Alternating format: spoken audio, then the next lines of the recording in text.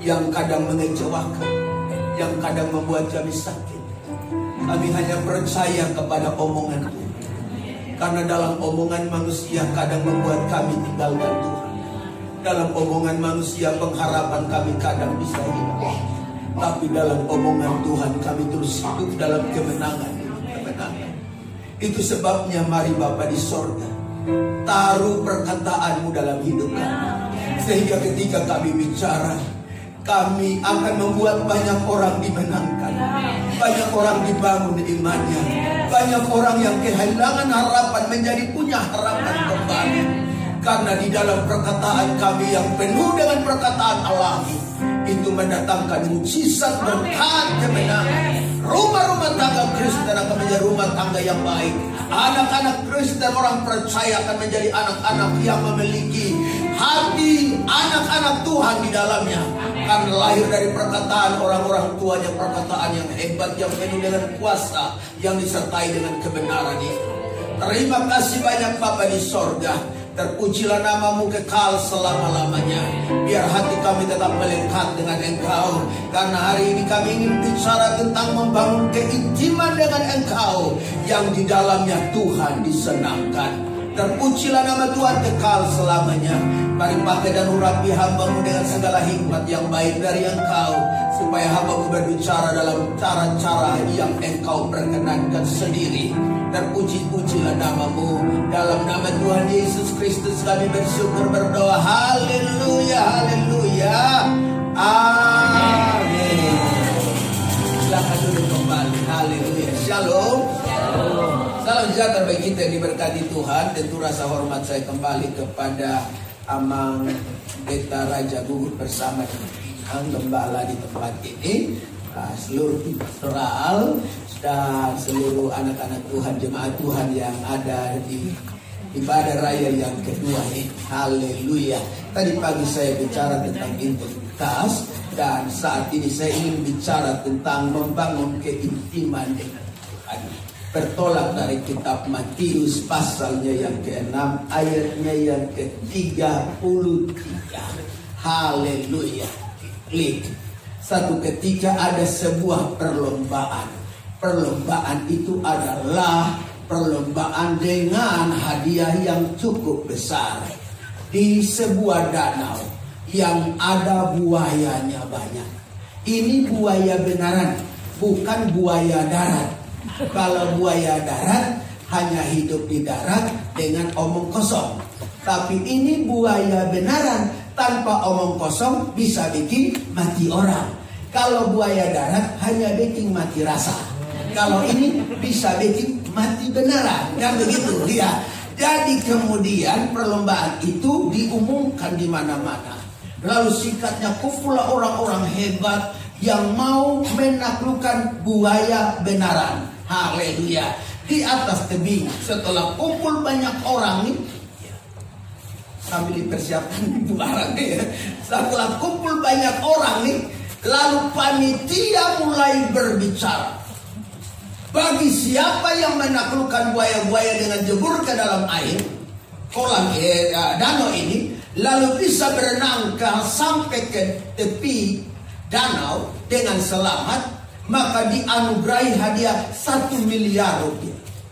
Saya percaya kalau orang punya uang, pasti dia bilang begini, bunuh diri. Tapi bagi yang tidak punya uang, coba dulu, siapa tahu ada yang bisa sampai. Kan begitu. Nah, masalah panggilan pertama, tak ada yang mau. Biar 1 miliar, kalau mati, siapa yang mau nikmati? Ya kan, tak dapat hadiahnya. Panggilan kedua, tak ada juga yang bergeming. Panggilan ketiga, juga tak ada satu tanda-tanda kehidupan orang mau masuk. Panitia mau tutup acara, tiba-tiba jebol. Satu bapak masuk ke dalam. Bayangkan, waktu dia masuk, langsung dia diserbu buaya dan baku kejar. Berenang dalam kecepatan yang tinggi dengan rasa takut, gelisah dan khawatir, seperti orang yang dikejar pencuri pakai parang. Lalu akhirnya dia sampai ke dalam. Wow! Waktu dia sampai di tepi danau, orang semua penonton berdiri tepuk tangan, melihat gerangan siapakah pria yang jago dan hebat ini. Aplaus semua dengan tepuk tangan yang meriah. Hebat ini. Ini baru laki-laki hebat, mantap punya. Bapak Ibu tahu, dia pucat pasi. Sambil berjalan pergi menerima hadiah, dia geleng kepala sambil berbisik, kurang aja. Siapa yang dorong kita? Lalu pas dekat dengan yang mau serahkan hadiah, ada istri senyum-senyum di belakang. Ternyata di balik suksesnya suami, ada istri yang mendorongnya. Haleluya.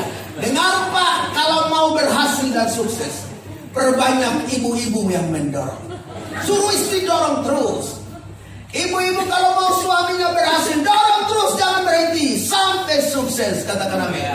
Asal jangan dorong ke danau yang ada buaya. Haleluya. Tinggal nama itu, kita janda nanti. Haleluya. Dorong terus untuk sukses. Amin. Dorong ke tempat yang baik sampai berhasil, supaya mantap urusan yang lainnya. Haleluya. Jadi kalau kemudian bangun pagi tidak lagi bergumul hanya soal urusan makan dan minum, karena bapak-bapak terdorong sehingga kemudian urusan makan dan minum beres di rumah. Haleluya. Amin. Bapak-bapak senyum terus. Minta pulang, mama dorong kita dulu kan. Haleluya. Papa, ibu-ibu pulang bilang, papa tenang, mama ada dorong-dorong. Haleluya. Dengan dorong-dorong terus pasti suami sukses. Amin. Jangan ditarik-tarik, jangan bakalai. Amin. Dorong saja. Kalau suami pulang bawa uang, jangan ajak rantau, dorong terus. Apa hari ini gagal? Saya berdoa, mama berdoa, besok papa berhasil. Amin. Besok pulang dengan bau keringat tapi tidak bawa uang di tangan. Papa, lebih berkeringat lagi papa, ini belum berhasil. Mama dorong-dorong terus. Haleluya. Semakin dorong terus, pulang papa satu waktu sudah bau wangi. Papa kok bau wangi? Dari main perempuan kan? Oh tidak mama, ini papa beli parfum terbaik. Papa coba dulu sebelum sampai ke tangan mama. Tahukah mama, papa sudah berhasil karena dorongan mama. Haleluya. Itu baru namanya mantap. Amin. Jadi jangan ibu-ibu papa pulang bawa uang langsung marah-marah. Jangan, dorong terus sampai pulang bawa apa yang dirindukan. Amin. Beri tepuk tangan untuk bapak-bapak kita. Beri tepuk tangan untuk ibu-ibu yang mendorong bapak-bapaknya. Haleluya. Itu baru betul. Haleluya. Membangun keintiman dengan Tuhan. Yo, Matius pasal 6 ayat 33. Haleluya. Matius 6 ayat 33 berkata demikian. Tetapi carilah dahulu kerajaan Allah dan kebenaran, maka semuanya itu akan ditambahkan kepadamu. Terlalu banyak orang mendambakan semuanya ditambahkan tanpa berbuat sesuatu. Semua yang mana? Semua yang kita pikirkan. Semua yang mana? Semua yang kita inginkan. Semua yang mana? Semua yang sesuai kebutuhan kita. Semua yang mana? Semua yang kita doakan. Semua yang mana? Semua yang kita harapkan. Semua yang mana? Masa depan anak-anak terjamin. Semua yang mana? Sakit penyakit disembuhkan. Semua yang mana? Makan minum dicukupkan. Semua yang mana? Rasa khawatir dan takut itu dihalau dari kita. Semua yang mana? Segala rahmat kebaikan Tuhan dicurahkan bagi kita. Bukankah ini yang kita harapkan? Tetapi harapan tanpa berbuat sesuatu hanyalah tinggal kenangan dan hanyalah tinggal isapan. Mengharapkan semuanya ditambahkan kepada kita. Alkitab berkata, itu harus didahului dengan kita mencari kerajaan Allah dan kebenaran. Alkitab bilang begini, jangan engkau bangun pagi-pagi dan bersusah payah dari pagi sampai ke pagi untuk mencari yang dicari oleh bangsa-bangsa yang tidak memuliakan Allah, sementara disediakannya bagi mereka yang mencintai. Jadi urusannya bukan tentang mencari semua yang ditambahkan itu yang saya sebutkan, tapi mencari kerajaan Allah dan kebenarannya. Itu adalah hal mutlak yang tidak boleh ditawar-tawar. Klik. Ada beda antara kerajaan Allah dan kerajaan sorga tentunya. Kerajaan sorga itu bicara dari kata Uranus. Uranus itu adalah tempat Allah berdiam, bertahta. Itu istana negara. Sekarang ini ada di beberapa tempat. Kalau Jokowi ada di Medan Merdeka, maka Medan Merdeka menjadi kerajaan sorga. Kalau Jokowi ada di Bogor, maka Bogor akan menjadi kerajaan sorga itu sendiri. Itulah tempat kerajaan sorga. Karena tempat kerajaan sorga Allah berdiam di mana? Kalau nanti nih, lalu dia pindah ke pedalaman Kalimantan Timur sana nih, maka disitulah ibu kota negara Republik Indonesia. Maka DKI akan dicoret dari Jakarta ini. Karena DKI daerah khusus ibu kota. Jadi kalau sudah tidak ada ibu kota di sini, jangan sebut-sebut lagi DKI kecuali dibawa ke tiap istri. Itu DKI-nya. Tetapi bukan lagi daerah khusus ibu kota. Jadi kita ini akan ditinggalkan DKI-nya, tinggal Jakarta. Yuk dari mana nih kalau kita ke Kalimantan nih? Oh dari Jakarta bos. Oh dari kampung ya. Kata iklan. Jadi bapak ibu yang suka bilang orang dari daerah itu dari kampung, siap-siap nih. Satu waktu orang akan bilang begini, lu dari kampung ya, tahu rasa. Puluhan tahun kita ngejek orang. Sekarang orang ngejek orang Jakarta dari kampung ya. Haleluya. Nah dengar ini baik. Kerajaan sorga tempat Allah berdiam, Uranus. Kerajaan Allah ini bicara Basilea, ini sistem kerajaan. Ini aturan Allah. Ini ketetapan Allah. Yang harus kita cari adalah kerajaan Allah dan kebenaran. Kebenaran bicara Allah sendiri. Amin. Karena Allah adalah kebenaran itu. Jadi dua hal prinsip ini tidak boleh hilang dari hidup kita. Kita mencari Allah dan kebenarannya. Kerajaan, sistem, aturan, ketetapan Allah dalam hidup kita. Yuk mari kita bedah apa yang ada di dalam kerajaan Allah itu. Bertolak dari kitab Roma 14, 17, 18 bilang begini. Sebab kerajaan Allah bukan soal makan dan minuman. Jadi ini bukan tentang makan minum. Jangan kita tanya, Pak Pendeta kalau kita naik ke surga ini kita mau ada makan minum kah di sana? Minum jus mangga, melon, apel kah, durian kah? Saya kan tak tahu itu. Jangan tanya saya, karena saya belum pernah pergi ke surga. Coba kalau saya ke sana, lalu saya bawa handphone, lalu saya selfie di sana, saya bawa turun, minimal upload status surga bersama Yesus dengan pohon-pohon duriannya yang akan jadi jus durian. Jadi kerajaan surga bukan urusan makan dan minum, katakan amin. Tetapi urusannya apa? Kebenaran, damai sejahtera, sukacita oleh Roh Kudus. Adakah Bapak Ibu yang hidup gak benar di sini? Berarti engkau belum cari kerajaan. Adakah kita yang mempersoalkan kebenaran Allah di sini? Berarti engkau sedang menyingkirkan kerajaan Allah dari hidup. Adakah kita yang hidup putus asa, kecewa, hilang harapan di sini? Adakah engkau masih punya damai di sini atau tidak? Frustrasi aja jalan terus, suntuk aja jalan terus, damai hilang. Ada yang suntuk ibu-ibu, capek urus anak, makan minum suami, urus suami. Bayangkan ibu-ibu urusannya banyak, suami diurus, udah tua bangka juga masih mau. Jangan main-main. Suami punya urusan banyak diurus istri. Gak usah yang ribet-ribet. Soal kos kaki. Kemarin saya sudah bilang ke istri saya mau beli kos kaki yang modelnya sama. Berapapun beli sama. Karena seringkali saya salah pakai kaos kaki. Yang satu warna biru, yang satu warna hitam. Yang satu panjang, yang satu pendek. Karena hilang satu-satu. Bagaimana caranya? Urusan kaos kaki itu urusan yang ribet bagi laki-laki. Kaos kaki udah ditaruh di sepatu, pas giliran pakai satu hilang, satu nggak ada.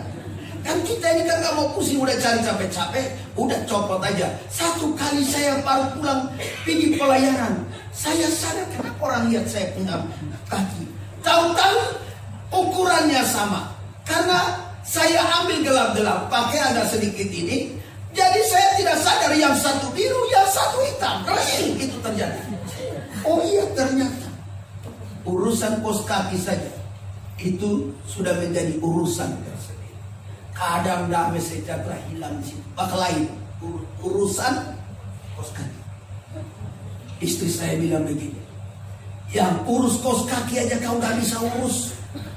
Artinya dia bilang ini, kaos kaki aja gak bisa urus. Bagaimana mau urus istri dan anak 3? Astaga, darah Yesus.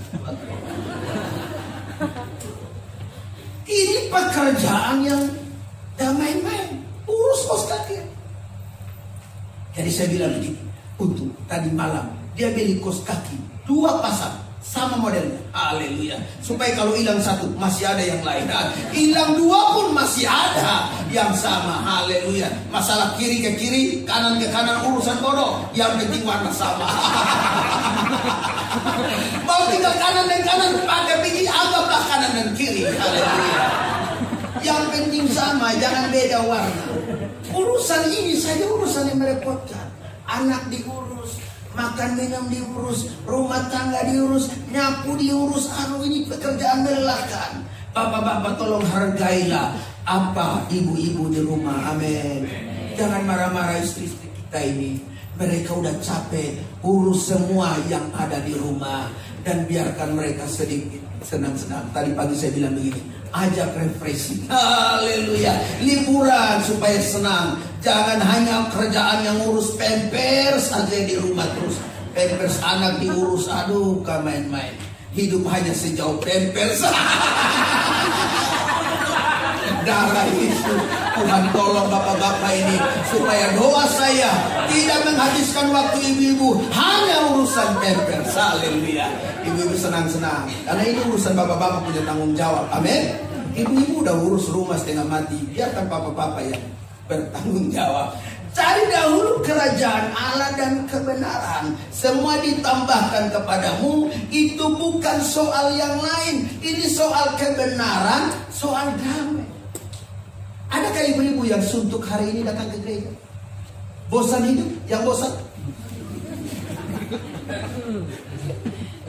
Adakah yang bilang begini, capek lah? Sering kan kita ngomong gitu. Capek, bosan, jenuh aku mendengar manisnya kata cinta. Sedangkan kata cinta aja udah jenuh. Gimana kalau kata yang bukan cinta?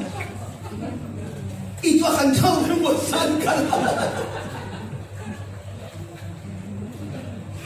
Loh, kata cinta aja udah jenuh loh Pak. Kan jenuh aku mendengar manisnya kata cinta. Kata cinta aja dia udah jenuh itu. Udah bosan dia.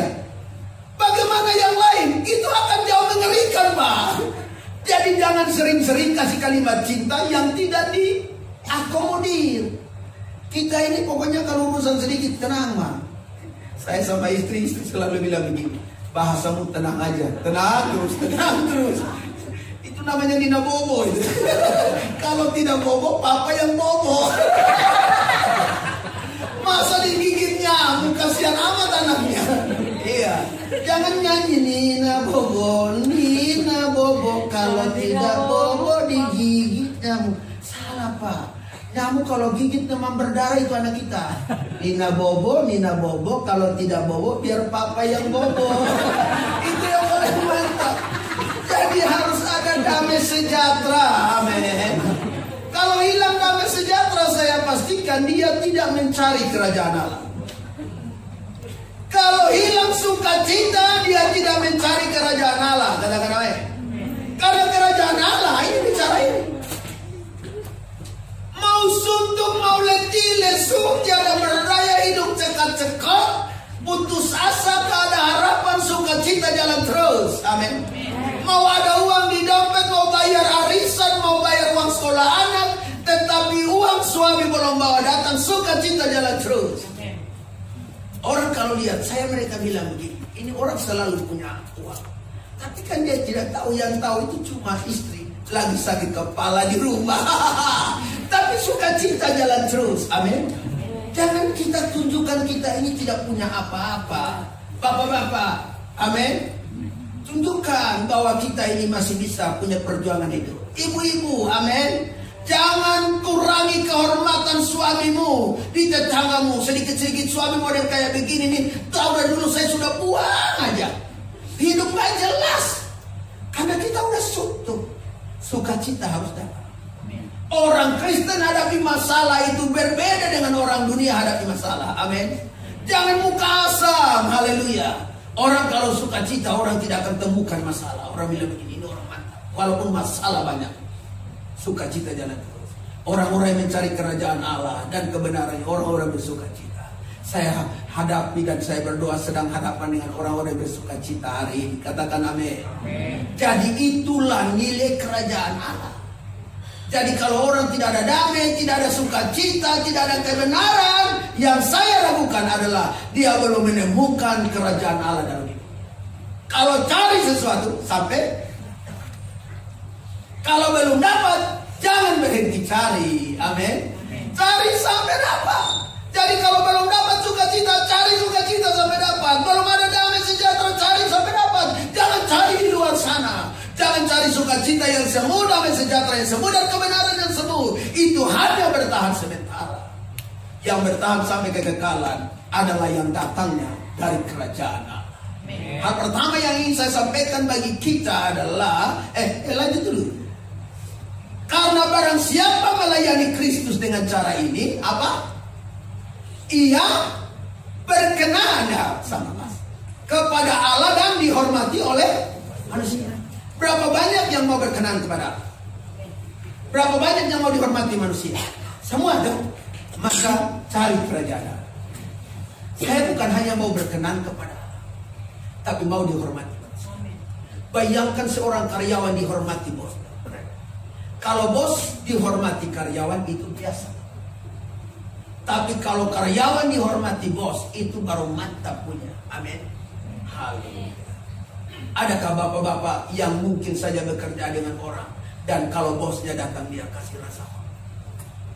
Saya percaya orang-orang yang mencari kerajaan Allah dan kebenaran, gak peduli di mana dia bekerja, status sosial seperti apa, jabatannya apa, dia akan dihormati.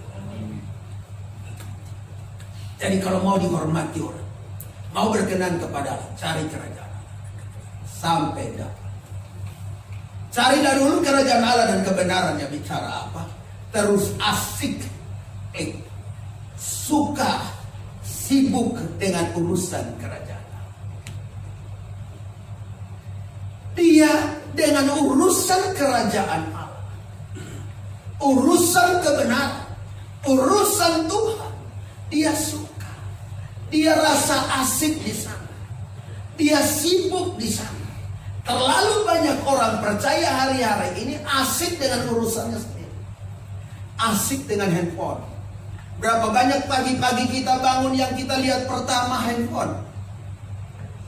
Maka survei bilang begini, orang tidak akan pernah betah lama-lama tanpa pegang handphone.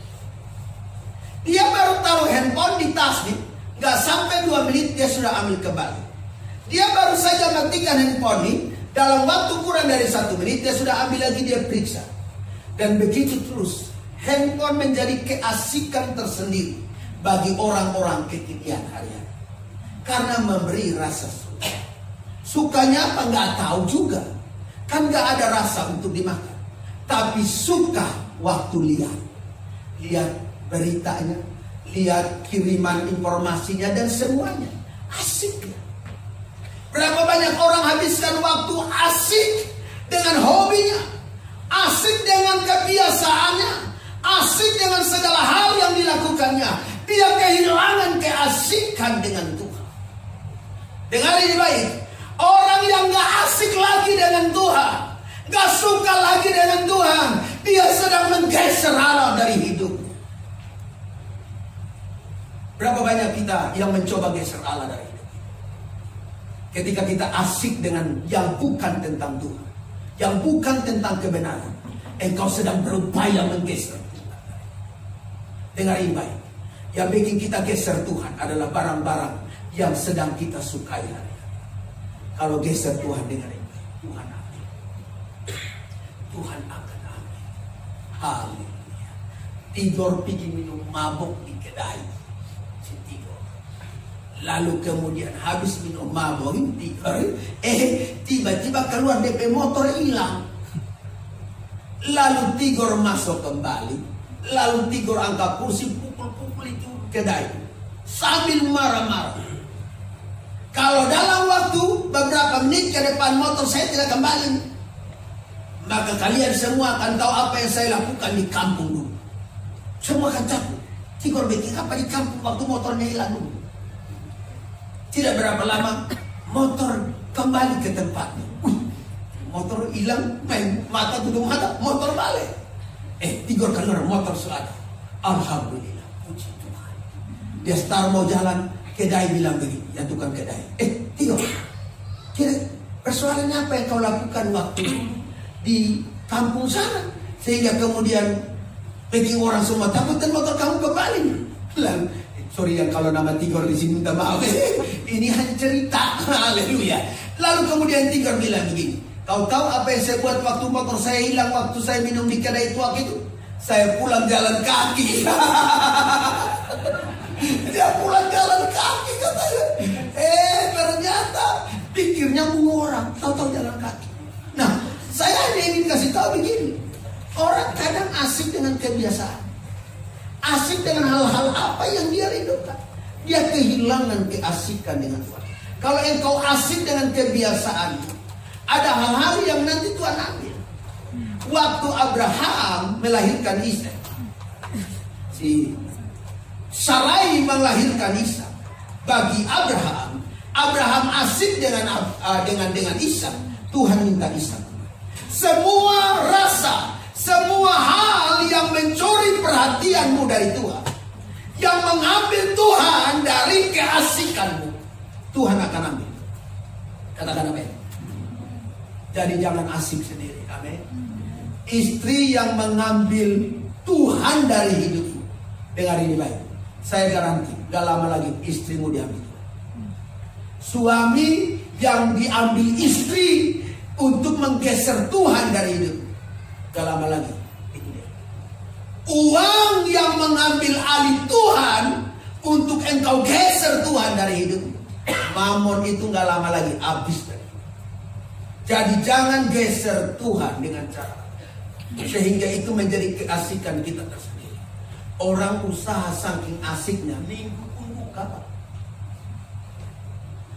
Tidakkah kita berpikir kalau datang gereja dulu, siapa yang larang buka toko waktu ini? Tidak ada lah. Alkitab hanya bilang begini, 7 hari lamanya, 6 hari kau kerja, 7 istirahat. Tetapi di perjanjian baru tidak dilanjutkan ayat itu. Engkau boleh tidak beristirahat dan berhenti toh. Tapi kan kita tidak berhenti, makan juga kerja toh. Ya, tak mungkin kita berhenti total. Tapi boleh kerja asal kemudian cari Tuhan dulu. Amin. Cari Tuhan dulu baru lanjutin itu. Haleluya. Karena ini penting bagi Tuhan, bagi kita, bagi Tuhan. Asik dengan Tuhan dulu, jangan asik dengan pekerjaan. Masa sehari-harian asik dengan urusan kita, lupa asik dengan Tuhan. Berapa banyak orang kalau di mall asik? Berapa banyak orang kalau jumpa teman yang asik? Berapa banyak orang kalau di rumah tangganya asik dengan anak-anak? Berapa banyak orang kalau udah pegang handphone lupa dengan yang lainnya, asik aja. Bayangkan dia pegang handphone berjam-jam, asik. Tapi baca firman 5 menit, 10 menit, main mata, tutup mata, akhirnya tutup mata benar. Berapa banyak orang yang duduk di hadirat Tuhan baru 5 menit berdoa, sudah geser sini geser sana. Kayak tidak betah saja duduk di situ. Dia kehilangan rasa asik dan suka dalam menyembah. Kenapa demikian? Karena dia sudah terlanjur asik dengan urusannya. Terlalu banyak di antara kita lagi berdoa nih, tiba-tiba pecah handphone sebentar. Dapat kiriman dari mana lagi ya? Asik. Mari asik lagi. Katakan amin. Supaya kita jangan geser Tuhan dari ini. Supaya apa, kita tidak tergiur dengan setiap sajian kehidupan dunia yang menjauhkan kita dari ketetapan Allah. Berapa banyak sajian dunia yang sedang menderah hidup kita, yang sedang meracuni hidup kita, yang menjauhkan kita dari hidup dalam ketetapan Allah hari-hari. Sajian dunia jujur saudara, manis rasanya, enak rasanya, karena kita ada dalam dunia. Dunia menyajikan sajian yang begitu enak, rasanya seperti Daniel ketika berada di Babelonia. Daniel disajikan dengan makanan yang enak-enak, tetapi sudah dipersembahkan kepada berhala. Sajian dunia itulah yang sekarang sedang ditimpukin kepada kita, dan kita tinggal memilih. Adakah kita mengambilnya? Makankah kita? Mau dibuat mendarah daging dalam hidup kita, atau kita memilih menolaknya? Sajian dunia ini kadang membuat kita kehilangan semua nilai-nilai kebenaran dalam hidup kita. Omong kita tadinya benar, omong kita tadinya jadi berkat, karena sajian dunia mulai merasuki. Yang keluar hanyalah setan, dan setan punya urusan. Bayangkan kalau bahasa setan itu terus ada dalam rumah tangga. Betahkah suami di rumah? Masih betahkah istri di rumah? Masih betahkah anak-anak kita di rumah? Orang di rumah saja nggak betah, gimana orang di luar rumah? Akan makin tidak betah, karena sajian duniawi telah merusak ketetapan Allah dalam hidup. Mari Bapak Ibu yang dikasihi Tuhan, kalau tidak mau sajian merusak hidup kita yang duniawi ini, asiklah dengan Tuhan. Karena semakin kita suka dan asik dengan Tuhan, semakin kita sibuk dengan Tuhan dan kerajaannya, maka kita akan diberikan hal-hal tentang sajian kebenaran, sajian kerajaan Allah. Amin. Yang ada perkataan kita jadi enak. Yang ada adalah suami kalau dengar suami bangga punya istri. Saya sering bilang bahwa rumah tangga Kristen adalah tolok ukur dari kehidupan Kristen yang sesuai. Kita mau ngomong apa kalau rumah tangga berantakan? Istri tidak nyaman di rumah, suami betah di rumah orang lain daripada di rumahnya sendiri. Anak-anak lebih suka nyaman dengan teman-temannya daripada berada di rumah orang tua yang melahirkan. Tapi kalau kita asik dengan Tuhan, rumah-rumah tangga Kristen, suami, istri, anak-anak suka dengan Tuhan, rumah-rumah tangga itu tidak akan pernah dimasuki oleh sajian-sajian keduniawian yang merusak hidup. Perkataannya baik, cara hidupnya baik, kehidupannya jalan dengan baik. Katakan amin, haleluya. Daud bilang begini, aku bersuka cita ketika dikatakan orang kepadaku, yuk mari kita ke rumah Tuhan. Haleluya. Aku bersuka cita ketika dikatakan orang kepadaku, mari kita ke rumah. Adakah sukacita itu datang dari hidup kita? Ketika hari-hari ibadah kita begitu bergairah, kita begitu punya spirit, kita ke rumah Tuhan. Satu keluarga diangkutnya ke rumah Tuhan. Ataukah yang suami bilang begini, mama aja yang pergi cari Tuhan terus, mau makan dari cari Tuhan kak? Istri bilang begini, papa pergi sudah, kau mau makankah dengan apa yang kau urusin? Nah, bakal lain jalan. 1 mili jalan ke kiri, 1 mili jalan ke kanan, kacau balau rumah tangga. Dengar ini baik, saya mau kasih tahu Bapak Ibu. Daud bilang, aku bersuka. Adakah jemaat Tuhan kalau hari Minggu senang datang ke gereja? Senangkah datang beribadah? Keadaan tidak boleh membingkai kita. Daud seorang gembala yang hanya ditemani oleh kecapi. Di padanglah dia main kecapi. Kalau orang main kecapi sendiri-sendiri itu persoalan. Karena dia hanya menyanyi untuk dia sendiri saja. Iya toh? Dia petik dan dia menyanyi. Keadaan sunyi senyap ditemani dengan binatang-binatang piaraan. Dia memetik kecapi memuliakan.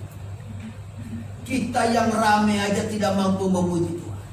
Bagaimana dalam kesendirian? Orang dalam keramaian saja kadang tidak lagi mampu untuk bersyukur dan memuji Tuhan. Maka kesendiriannya itu memungkinkan dia pasti tidak akan mau beribadah, tidak mau memuji. Tapi kalau orang dalam kesendirian dan kesunyian sekalipun, keadaan kesunyian tidak mampu membendung dia untuk tetap bermuji Tuhan, maka dalam keramaian sekalipun dia akan tetap memuji Tuhan. Pantaslah Daud bilang begini, aku berlari mendahului keramaian untuk datang ke gunung tempat kediaman. Keramaian kesunyian jangan sampai membendung kita untuk memuliakan Tuhan. Amin. Jadi kalau di rumah lagi sepi, suntuk, lagi tidak ada orang, kita pusing, jangan cari yang lain. Memuji Tuhan, katakan amin. Memuji Tuhan. Dalam engkau memuji Tuhan, engkau sedang mengusir kejenuhan, engkau sedang mengusir kesepian, engkau sedang mengusir sajian-sajian duniawi yang mencoba merusak hidup, yang mencoba membingkai hidupmu untuk hidup bertentangan dari kebenaran. Apa yang dilakukan oleh Musa di gunung Tuhan dalam kesendirian, dengar ini baik, Musa asik. Pernahkah ibu-ibu asik dengan Tuhan 40 hari lamanya? Gak usah puasa lah, asik aja dengan Tuhan. Gak usah ditemani oleh handphone, gak usah ditemani oleh hiruk pikuk dan keadaan dunia ini. Asik dengan Tuhan. Ketika anak-anak pergi sekolah, ketika suami pergi kerja, urusan rumah tangga sudah beres, siap menanti anak-anak pulang dan suami pulang. Lalu dia hentikan semua kesibukannya. Nonton TV tidak dilakukannya karena sinetron sangat menggoda hari-hari ini. Ya, kadang saya bilang ke istri saya, yang jangan terus nonton sinetron itu, dibolak-balik terus itu aja yang dilihat. Nah, duduk diam berdoa. Adakah kita kadang suka berada dalam kesunyian bersama dengan Tuhan? Musa lakukan itu 40 hari. Asik dengan Tuhan, tanpa ditemani dan dibebani oleh hal-hal yang merusak.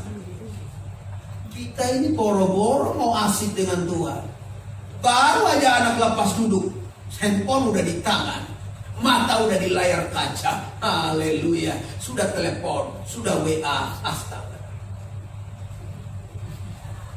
siapa yang mau asik dengan Tuhan? Bangun pagi dahulukan doa.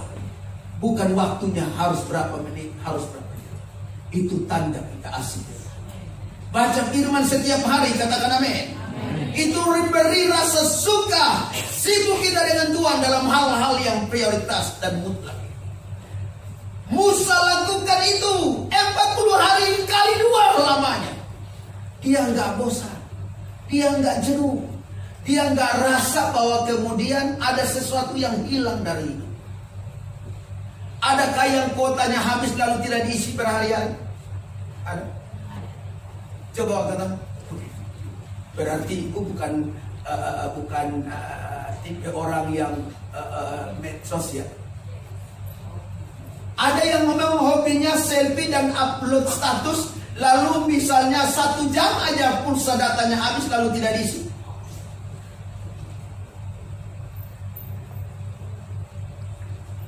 Ada.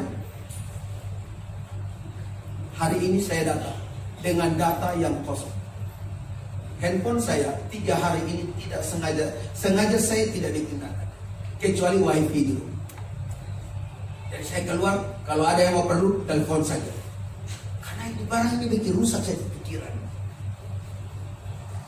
Saya coba, kira-kira cocok. Karena kalau ada nih tiap hari kita melek. Sampai jam 2 subuh masih melek dengan itu barang. Apalagi DP grup banyak, astaga. Mau baca itu grup semua Pak. Ponyok kita, tak akan mungkin kita baca sampai habis. Jadi sesering kita juga kasih off dulu datanya, supaya kita juga tidurnya nyenyak. Amin. Masa kita sudah jam tidur masih melek dengan barang itu. Saya bilang ke istri, setiap kali kita tidur, data harus di off, wifi harus di off. Tidak boleh kemudian dihidup-hidupin. Bikin rusak kita kota. Loh, benar. DP jaringan bisa bikin rusak kalau handphone tak tidur di kepala. Tidak boleh dimatikan. Supaya kita tidur dengan tenang. Gak tidur tentong. Bunyi-bunyi handphone kan beda-beda. Ada yang bikin tentong, ada yang bikin hujan, ada yang bikin laut. Memang kita di laut sehingga kemudian bunyi-bunyi itu datang terus. Gak boleh tergiur dengan hal-hal yang model demikian. Katakan amin. Waktu Paulus dan Silas di penjara, mereka juga asik dengan Tuhan. Saking asiknya mereka dengan Tuhan.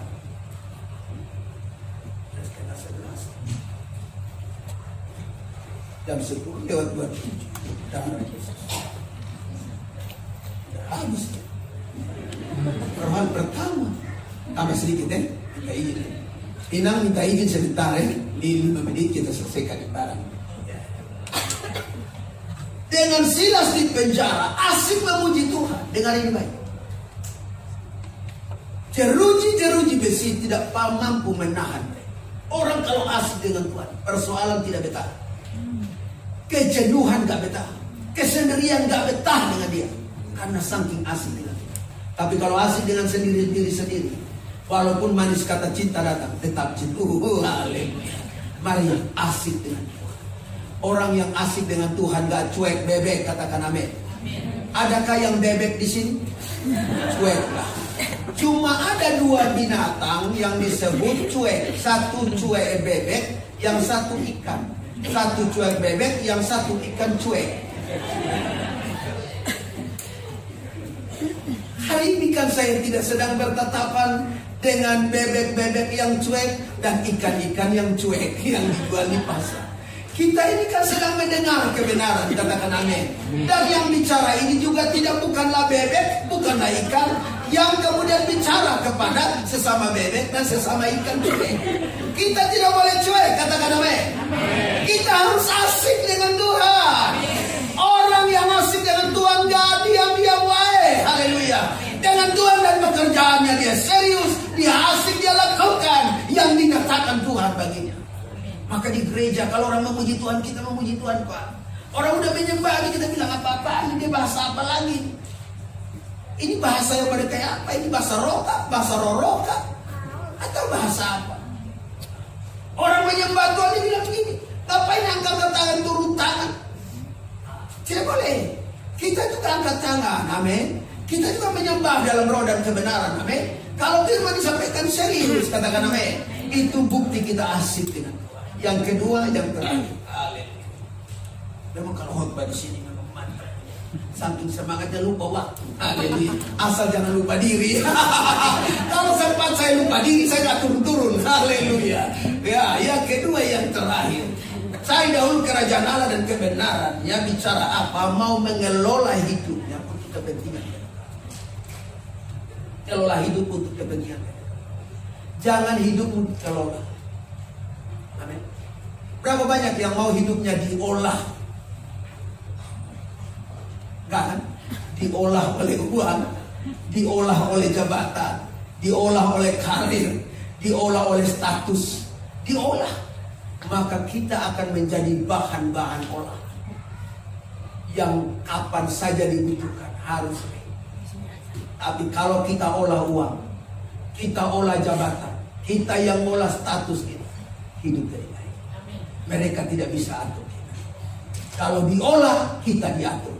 Datang ke gereja, Mammon bilang, kau jangan ke gereja, olah saya harus olah kamu untuk menghasilkan.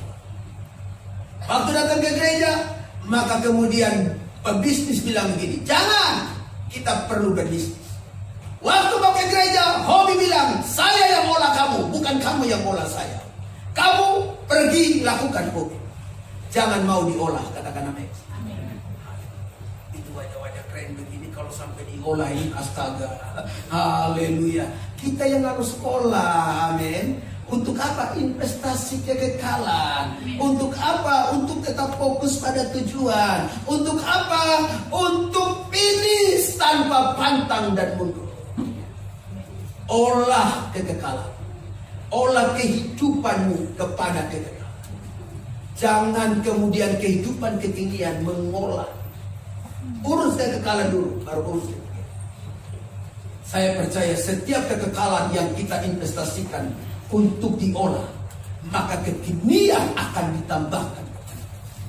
Tetapi setiap kekinian yang kita mengolah hidup kita akan membuat kita dibendung dalam keadaan itu, dikongkong dalam keadaan itu, dibelenggu dalam keadaan itu, dan kita kehilangan investasi.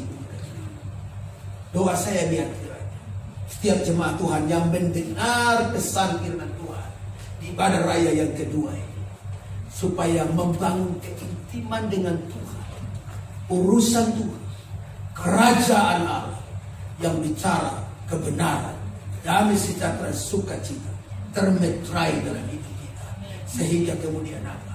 Hidup kita berjalan dalam jalan-jalan yang dimaui oleh Tuhan. Asik dengan Tuhan, suka dengan Tuhan, dia serius dengan Tuhan, dengan tidak tergiur dengan keadaan dunia yang elok dan ini dan asik ini. Dia tidak mendapatkan sajian-sajian yang merusak hidupnya. Dia mengolah hidupnya demi kepentingan kekekalan, bukan hanya semata untuk dia. Dia tidak mau diolah.